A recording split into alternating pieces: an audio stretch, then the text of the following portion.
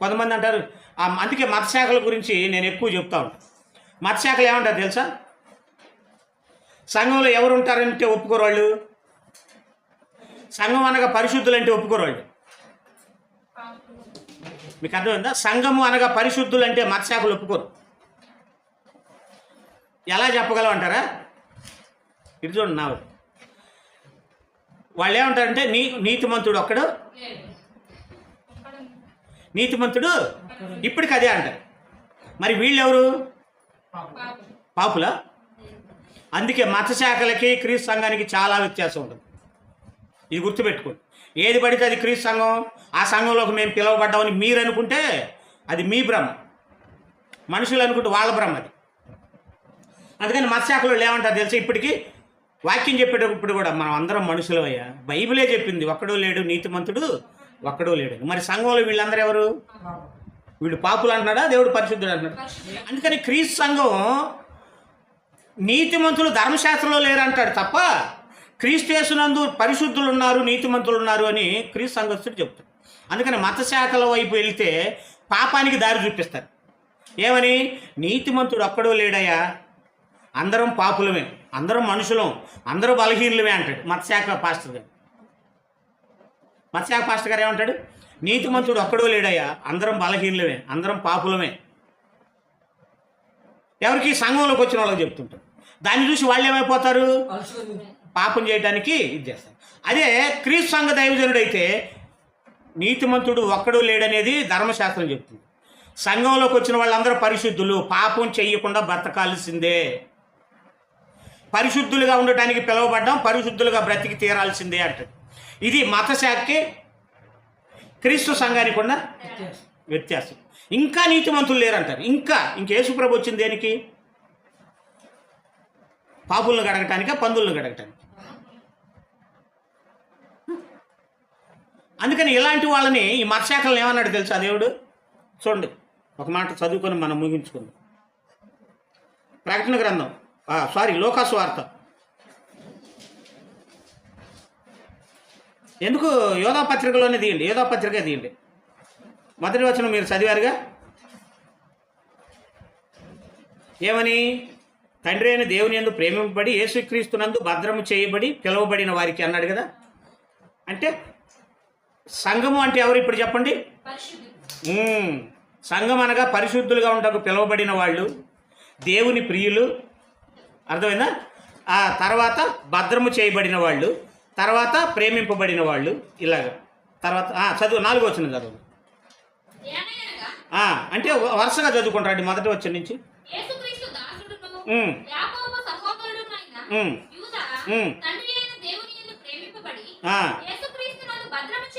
పిలువబడిన వారికి అది భద్రము చేయబడి శుభమని చెప్పి రాయినది అన్నాడు. 4వ వచనంలో ఏమంటున్నాడు?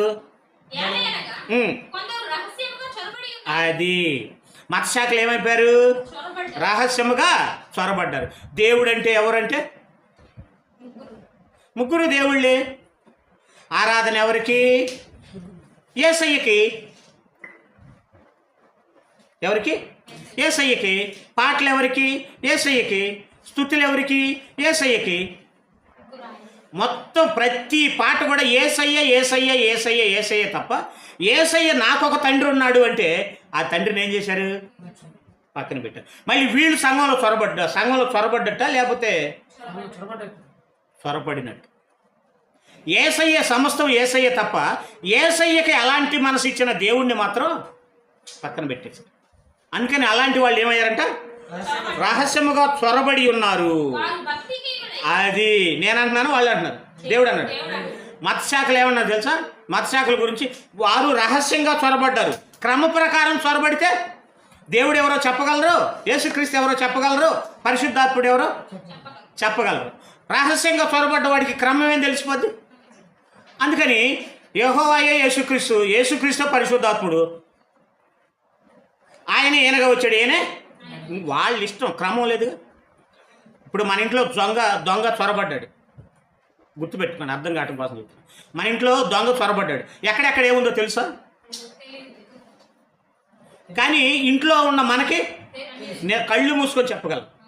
బీరువా ఎక్కడ కళ్ళు కనపడకపోయినా ఎక్కడెక్కడ ఏముందో చెప్పగలరు. ఎందుకని మన ఇల్లు అది, మన ఇల్లు, మన ఇంట్లో మనకేముందో తెలుసు. అలాగే బైబిల్ మనది, మన బైబిల్లో ఏముందో మనకు బాగా తెలుసు క్రీస్తు సంఘస్థులకి. కానీ బైబిల్ మతశాఖస్తులది కాదు. కాబట్టి వాళ్ళు చొరబడ్డారు, దొంగలు లాంటి వాళ్ళు.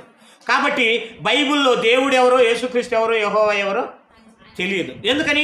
రహస్యంగా చొరబడ్డారు. వాళ్ళు నేర్పు లేని మూడులు, నేర్చుకోరు. అందుకని బైబిల్ మనది కాబట్టి బైబిల్లో ఏముందో మనకు తెలుసు. వాళ్ళు రహస్యంగా చొరబడ్డారు కాబట్టి ముందు దేవత్వం అనేది వాళ్ళకి తెలీదు, రక్షణ ఎలా వచ్చిందో కూడా వాళ్ళకి తెలియదు. అలాగని నేను వాళ్ళని అవమానించట్లా, మేలుకొలుపు చేస్తాను. తెలుసుకొని క్రీస్తు సంఘంలోకి వస్తారని చేస్తాను. రాకపోయినా ముందు క్రమం నేర్చుకుంటారని చెప్తాను. వాళ్ళంటే నాకు ద్వేషం ఏమీ లేదు. మనకు ద్వేషం ఏమైనా ఉంటుందా? ఉండదు. అందుకని ఏమంటున్నాడు? ఏలయనగా కొందరు రహస్యముగా చొరబడి ఉన్న వాళ్ళు ఏం చేస్తారంట? వారే భక్తిహీనులై మన దేవుని కృపను దేనికి అప్పగిస్తారు? కామాతురత్వమునకు దుర్యోగపరుస్తారు. ఏమని? ఎలా కామం చేయండి, వ్యభిచారం చేయండి అంటారా? స్త్రీతో పోయింది, అమ్మాయితో పోయింది అంటారా? అందరూ. మరి ఏమంటారు? నీతిమంతుడు ఒక్కడో లేడయ్యా, అందరం పాపంలే అనగానే అదే దారి చూపించడం. నీతిమంతుడు ఒక్కడో లేడయ్యా, అందరం పాపులమే అయ్యేసరికి ఏం చూపిస్తున్నారు? ఇండైరెక్ట్గా పాపం చేయండి, నీతిమంతులు ఎవరు లేరులే, పాపం చేస్తే ఆయన క్షమిస్తాడని ఇండైరెక్ట్గా చెప్తున్నారు. ఎవరు? వీళ్ళు భక్తిహీనుడైన వాడు ఏం చెప్తాడు తెలుసా? నీతిమంతుడు ఎవడో లేడంటాడు. భక్తిపరుడు ఏమంటాడు తెలుసా? నీతిమంతులు ఎందుకు లేరు? సంఘం అనగా పరిశుద్ధులే అని చెప్తాడు. చూడండి ఎంత క్లారిటీగా మాట్లాడుతాడు మతశాఖల గురించి. అవునా కదా? దేవుని కృపను కామాతురత్వానికి ఏ కామం ఇది? దేవునిని లోకాన్ని ప్రేమించేటట్టు చేయటం. అర్థమైందా? ఇటు దేవుణ్ణి ఇటు లోకాన్ని ప్రేమించేటట్టు చేయటం. ఇటు క్రీస్తు దగ్గరకు వచ్చి లోకాన్ని ప్రేమించడమే కామాతురత్వం. కామాతురత్వమునకు దుర్వినియోగపరుచుచు, నాదుడంటే ఏలేవాడు, మన అద్వితీయ నాదుడును భర్తను కూడా ఏమంటారు? నాదా అంటారు. అవును కదా? మన అద్వితీయ నాదుడును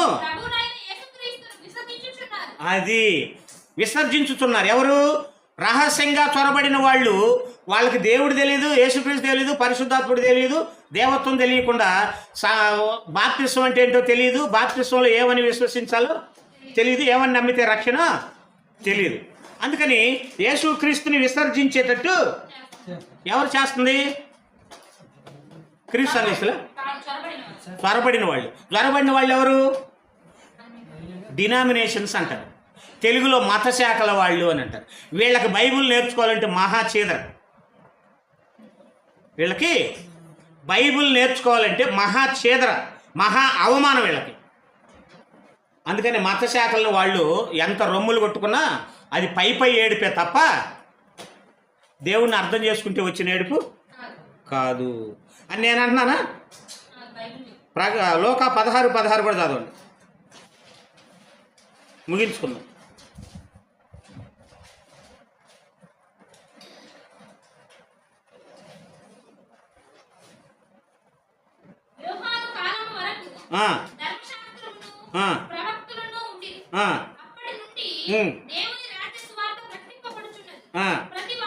ప్రతివాడును అది మీకు అర్హత లేదయ్యా అన్నగానే ఏం చేస్తున్నారు? బలవంతంగా చొరబడుతున్నారు. బలవంతంగా చొరబడే వాళ్ళ లక్షణం ఎలా ఉంటుంది తెలుసా? క్రమం ఉండదు. ఇదే గుర్తుపెట్టుకోండి. బలవంతంగా చొరబడిన వాడికి బైబిల్ తెలియదు. ఇది గుర్తుపెట్టుకోండి. సంఘములో బలవంతంగా చొరబడ్డారు అన్న వాళ్ళకి ఏం తెలియదు? క్రమం తెలియదు. క్రమం తెలియదు అంటే ఏం తెలియదు? బైబిల్ తెలియదు. బైబిల్ తెలియదు అంటే ముందు ఏం తెలియదు? దేవుడు తెలియదు, రక్షణ తెలియదు, రక్షణ యొక్క విలువ తెలియదు. మరి ఎవరికి తెలుసు? యేసుక్రీస్తు రక్తం ఇచ్చి సంపాదించిన తన సంఘానికి తెలుసు. ఆయన ఏ సంఘం కోసమైతే ప్రాణం పెట్టాడో ఆ సంఘానికి తెలుసు. ఆ సంఘం ఏ సంఘం? అది. అందుకని సంఘం అనగా ఎవరు ఇప్పుడు చెప్పండి? అది అది అర్థమైంది మీకు? అది. కాబట్టి సంఘాన్ని ఎప్పుడు కూడా చిన్న చూపు చూడొద్దు. సంఘాన్ని అలుసుగా తీసుకున్న వాళ్ళని కూడా వాళ్ళ దగ్గర మనం ఏం చేయకూడదు, సంఘాన్ని ఆ హైట్లో చూపించాలి తప్ప మనం చెడిపోయి వాళ్ళని చెడగొట్టే స్థితిలో మనం ఉండకూడదు.